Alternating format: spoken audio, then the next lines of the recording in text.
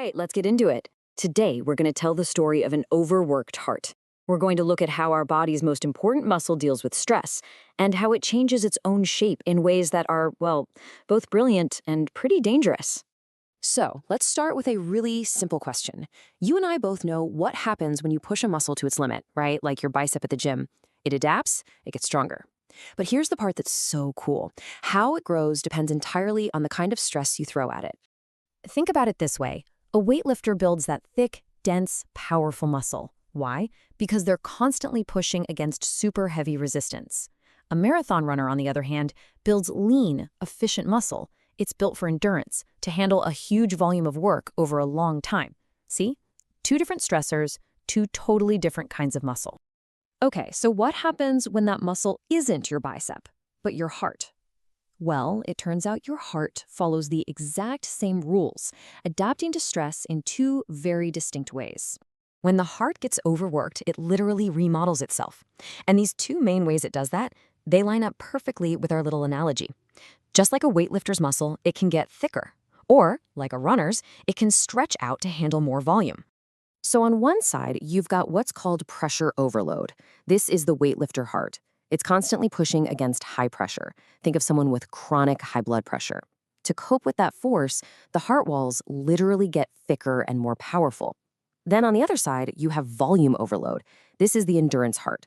It's got to manage way too much blood, maybe from a leaky valve. So to handle all that extra fluid, the chambers don't just get thicker, they actually stretch out and get wider. Now, this is where it gets really interesting, right down at the microscopic level. The tiny little muscle units in the heart, these things called sarcomeres, are actually added in different ways. For pressure overload, they get added in parallel. It's like stacking bricks side by side to build a thicker, stronger wall. But for volume overload, they're added in series, end to end, which makes the whole muscle fiber longer, like adding links to a chain. It is an amazing piece of biological engineering. But here's the crucial twist in the story. This incredible ability to adapt, which is designed to help the heart survive, eventually becomes the very thing that causes it to fail. The solution? It becomes the problem. And it happens in stages. First, you've got the initial stress. Then the body tries to compensate. It kicks on these powerful hormonal backup systems, kind of like the fight or flight response, to force the heart to pump harder. But here's the thing. Those very same signals are what drives stage 3, the actual remodeling. And over time, this constant go, go, go makes the heart stiff, scarred, and just plain inefficient, until finally it just can't keep up anymore. So the crucial point is really this. The very things the body does to help the heart cope in the short term are what cause the damage in the long term. What starts as a brilliant adaptation becomes a maladaptation. It's a classic case of a good thing going bad.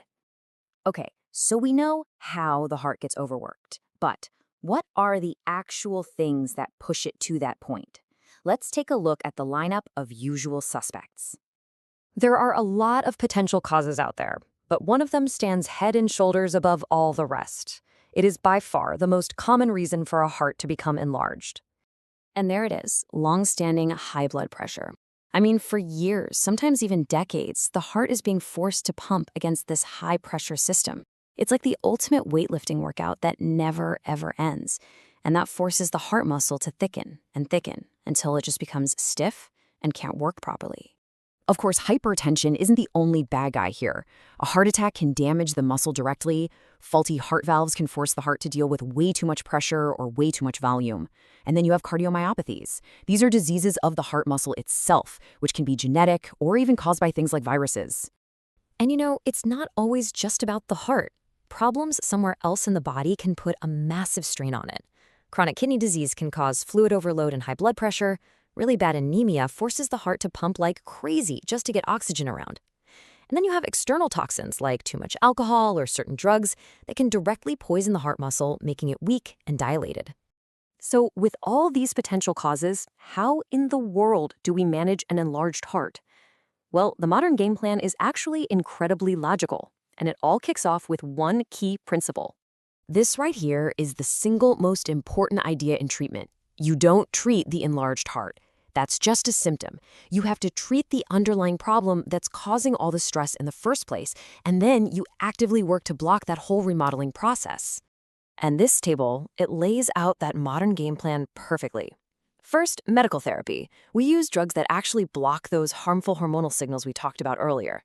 Second, lifestyle. This is all about directly reducing the heart's workload. Third, for some people, we can use special devices like defibrillators to protect them from dangerous heart rhythms. And finally, surgery can go right in and fix the root structural problem, like replacing a leaky valve. So, when you take a step back and see the whole thing, cardiomegaly isn't really the disease. It's the physical evidence of a long-term struggle.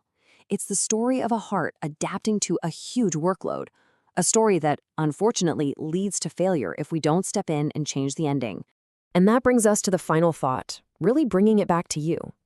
Every single beat of your heart is a response to the demands you put on it. So knowing that it physically changes and adapts to every single stressor, what's one small change you could make starting today to lighten its incredible lifelong workload?